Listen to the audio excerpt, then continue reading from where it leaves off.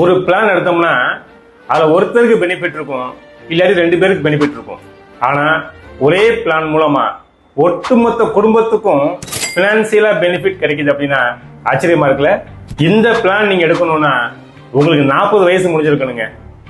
ஆமாங்க, 10 வருஷம் மட்டும் நீங்க பிரீமியம் பே பண்றீங்க அப்படின்னா, ஒரு உதாரணத்துக்கு வருஷத்துக்கு 5 லட்சம் ரூபாய் பே பண்றீங்க அப்படின்னா, 20வது வருஷத்துல 25 லட்சம் ரூபாய் மெச்சூரிட்டி அமௌண்ட்டும் கொடுத்துடுறாங்க.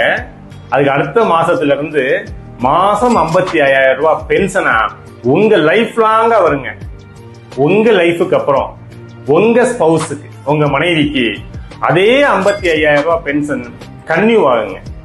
அவங்க லைஃபுக்கு அப்புறம் 1 கோடி ரூபாய் ஒரு மெச்சூரிட்டி அமௌண்ட் உங்க ஃபேமிலிக்கும் கிடைக்குங்க. பிரீமியம் கட்டுற காலத்துல உங்களுக்கு ஏதாவது ஆச்சு அப்படின்னா, நீங்க எத்தனை வருஷம் எவ்வளவு அமௌண்ட் கட்டிருக்கீங்களோ அந்த அமௌண்ட்டும் அதற்கான போனஸும் அதோட 105% உங்க ஸ்பௌஸுக்கு கிடைச்சிருங்க.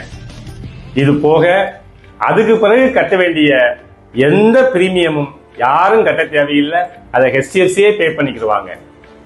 ஏற்கனவே சொன்ன மாதிரி 20வது வருஷத்துல அந்த 25 லட்சம் ரூபாயும் உங்க வீட்டுல வாங்கிக்கிடுவாங்க.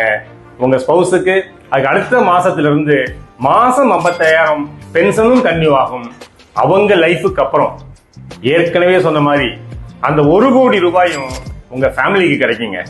ஒருவேளை பிரீமியம் கட்டுற காலத்துல அந்த மனைவி இல்லை அப்படின்னா, கட்டின வரைக்கும் உள்ள பிரீமியம் அதற்கான போனஸ் ரெண்டையும் சேர்த்து அதோட 105% அமௌண்ட வந்து ஹஸ்பண்ட் கொடுத்துறாங்க. மீதி இருக்க பிரீமியத்தையும் ஹஸ்பண்ட் கட்டுவாரு. வழக்கம் போல 20வது வருஷத்துல 25 லட்சம் ரூபாய் மெச்சூரிட்டி அமௌண்டா வாங்கிக்கிறாரு. அதுக்கு அடுத்த மாசத்துல இருந்து மாதம் 55,000 ரூபாய் அவர் கடைசி வரைக்கும் பென்ஷனா வாங்கிக்குவாரு. அவர் லைஃபுக்கு அப்புறம் அந்த 1 கோடி ரூபாய் ஃபேமிலிக்கு போகும். HDFCல இந்த பிளான் எடுக்கிறது மூலமா உங்களையும் உங்க குடும்பத்தையும் பினான்சியலா செக்யூர் பண்ண நினைச்சீங்கன்னா அந்த நல்ல விஷயத்த இப்பவே செய்யுங்க. கமெண்ட் பண்ணுங்க.